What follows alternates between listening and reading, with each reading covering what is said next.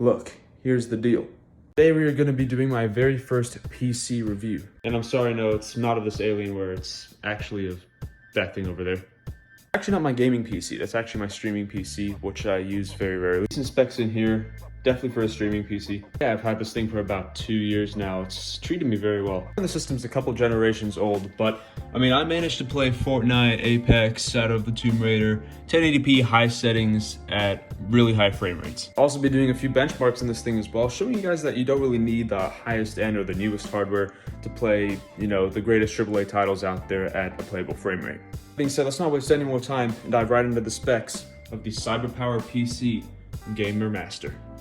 Starting off with the CPU, underneath this cooler here, we have a Ryzen 7 2700 8-core 16-thread CPU, excellent for streaming. For the memory, we have 2 sticks of XPG DDR4 at 2666, but thankfully, because the motherboard was able to handle it, I managed to overclock it to 3200, which gave us, you know, on average, about 4 more frames per second.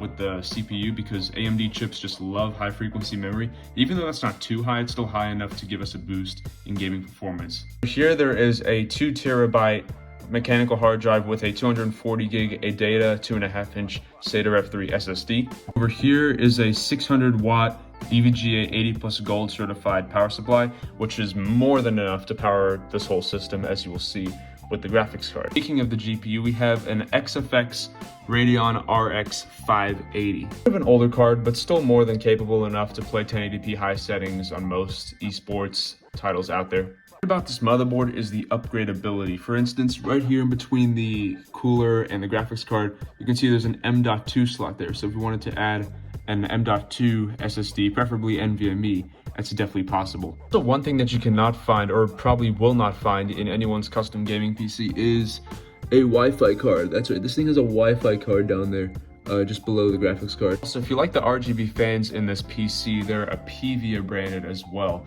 And the LEDs, the white LEDs I was showing you is just one setting. They're not just white, they're full RGB fans.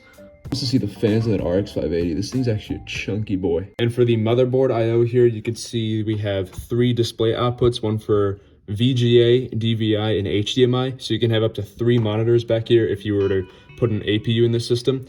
And we have 6 USB 3 ports back here. The headphone jacks, as well as the mic jack over there, and Ethernet, which is hooked up to the PC right now. Also, one thing I forgot to point out with this PC is the top I/O here. So you have power switch, front mic and headphone jacks, USB 3s, and RGB controlling switch over there. Overall, a very solid pre-built. Now, 2 years ago, I bought this thing for about $800. That was on sale. The actual price was $1,000. But like I said, it was on sale, so I just got it while I could. Now, if you wanted to build something like this today, like the exact same spec, it would most likely cost you a lot more, especially if you were to use all new parts. If you were to use used parts, then maybe it would cost a tad bit less, maybe even a bit more expensive, depending on where you find the stuff. But this is definitely not possible to find anymore for the price that I did, just with the way the market is going right now, and scalpers and whatnot. But say the market was to come back to normal pretty soon, which it slowly is, but not quite yet. With the 600 watt power supply and an 80 plus gold one at that, you could easily throw in higher end components in here down the line. The biggest weak link in the system, I would say, even though it's still, you know, a pretty okay component, is the graphics card. The 580 starting to show its age a little bit. I would have preferred, say, like a GTX 1660 Super. I mean, for $1,000, this PC could have definitely had that 2 years ago. But I mean, a 580 is perfectly capable. 1080p medium high settings, most games should be more than enough for this card to handle. Sorry, more than good enough for this card to handle. If you wanted to, for the CPU, you could throw in a 2700 or even a 2800X later down the line, just because of that power again. And for the graphics card, you could throw in something as high as like a RTX 2070 Super and RTX 3060 Ti. Something as powerful as that would be just fine for this power supply to handle. So yeah, that's pretty much it for the specs of the CyberPowerPC Gamer Master. How about we actually test this thing in a few games and see just how it runs? Alright, ladies and gentlemen, now that we have the CyberPowerPC Gamer Master all booted up and ready to play some games, let's talk about some benchmarks real quick, shall we? So first of all, we decided to test this PC in Fortnite, and on pro settings, we managed to get about an average of 160 FPS. Sometimes you'll see it go as high as 170 or even 180, but sometimes you'll also see that it dips below that 160 average that I got. And that's because of the graphics card. The RX 580 is definitely the bottleneck in this situation. The Ryzen 7 2700 can handle much more than a 580. It can handle, like I said, up to an RX 5700 XT or an RTX 3060 or a 2070. You know, something on the higher end of graphics cards instead of going with something a little bit older. Next up, on Apex Legends and a mix of medium to high settings, we got about 100 FPS on average. Now, as you'll see here indoors, I'm getting a lot more than that. It's because it's indoors, there's not really that much to render.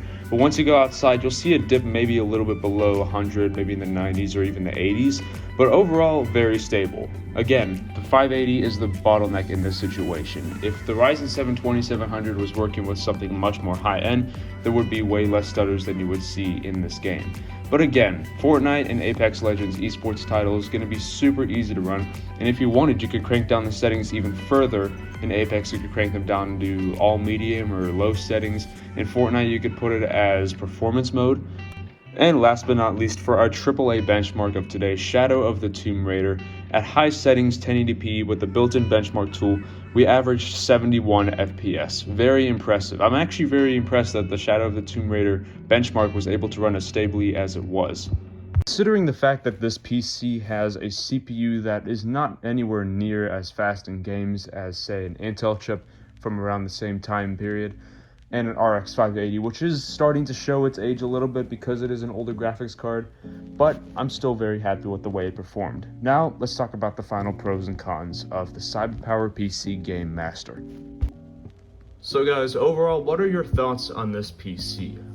For a PC that has, some older generation parts in it, I'm actually very happy with the way this thing performs in some of the biggest titles out there. Now, of course, we could have gone with some easier titles to run like Valorant or CSGO or heck, even League of Legends if we wanted to, but this thing can definitely handle some higher resolution, some higher frames if it wanted to. This card has 8 gigs VRAM on it, by the way, which means that we could technically play 1440p. It's probably not going to be able to run it in like all the AAA titles out there, but games like Fortnite, Apex, and even Warzone, like that should be able to run it just fine.